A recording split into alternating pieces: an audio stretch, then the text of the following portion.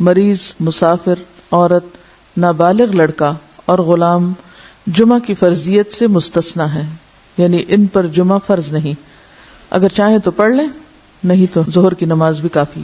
گھر میں نماز پڑھے تو پہلے 4 سنت پڑھے، جی ہاں، اور پھر 4 فرض پڑھیں، پھر 2 سنت، پھر 2 نفل۔ جی، عورتوں کے مخصوص حالات کی وجہ سے ان پر فرض نہیں کیا، لیکن اگر اپنے چوائس سے وہ پڑھیں تو اچھی بات ہے۔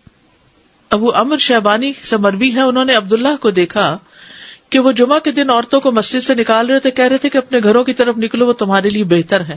یعنی کوئی یہ نہ سمجھے کہ عورت کے لیے جمعہ پڑھنا، یہ جمعے سے محروم ہونا کوئی بہت بڑی محرومی ہے، وہ گھر میں بھی نماز پڑھیں گی تو ان کو وہ اجر مل جائے گا۔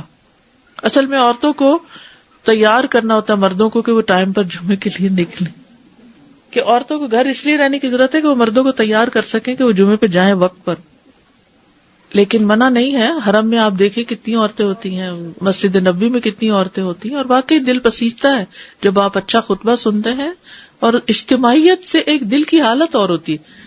دیکھیے جو لوگ کامیاب ہوتے ہیں زندگی میں، خوش ہوتے ہیں، ان لوگوں کی سوشل لائف بہت اچھی ہوتی ہے، اور ہمارے لیے یہ مسجد، یہ مدرسہ، یہ اجتماعی عبادتیں، یہ اکٹھے ہو کے عبادت کرنا، عیدیں، تراویاں، یہ سب یہ خوشی کا ذریعہ ہے۔ جو شخص صرف اکیلا ہو جاتا ہے نا، وہ کبھی خوش نہیں ہو سکتا، کبھی۔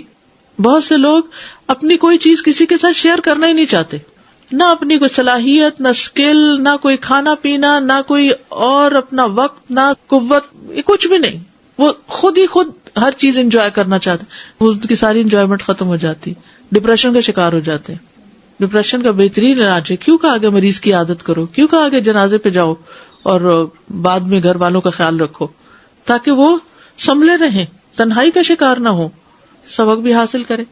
تو یہ جو مسلمانوں کی اجتماعیت ہے، یہ دل کو خوشی دیتی، ایک سکون دیتی، یعنی اکٹھے ہونا جو ہے کسی بھی اچھے کام کے لیے وہ بڑے بڑے بوجھ ہلکے کر دیتا ہے۔